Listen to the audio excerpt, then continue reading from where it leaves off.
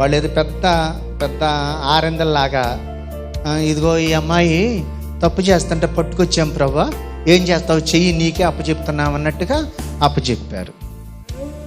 అప్పచెప్తే ఇప్పుడు వాళ్ళ ఉద్దేశం ఏంటి, ఇప్పుడు ఏం చేయమంటారంటే మరి మోసి ధర్మశాస్త్రం రాళ్ళు కొట్టి చంపమంది ఉంది కదా, అందుకని మేము రాళ్ళు కొట్టి చంపమంది, అసలు నువ్వేం చెప్తావు అని చెప్పేసి నీ దగ్గర తీసుకొచ్చాం.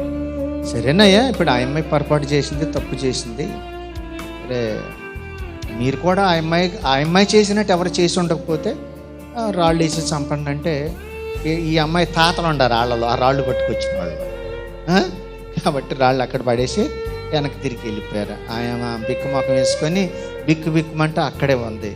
అక్కడ అమ్మ మరి వెళ్ళలేదయ్యా, సరే వెళ్ళు, కానీ ఇక పాపం అది ఉండాలండి. అంటే మన చేతనైతే ఒక వ్యక్తికి జీవితాన్ని ఇవ్వాలండి. ఒక వ్యక్తి మనల్ని బట్టి చచ్చిపోయే విధంగా ప్రవర్తించకూడదు. భార్య ప్రవర్తనకి మనస్తాపానికి గురై ఊరుబెట్టుకు చచ్చిపోయిన లేరండి. భర్త వేరే అడ్డదారులు దొక్కుతున్నాడు, నాకు అన్యాయం చేస్తున్నాడని సహించలేక ఆత్మహత్య చేసుకునే స్త్రీలు లేరండి. కత్తితో పొడవాలండి, ఇట్ట చంపకూడదా? ఇట్ట చంపిన మగవాళ్ళు లేరండి, ఇట్ట చంపిన ఆడవాళ్ళు లేరండి.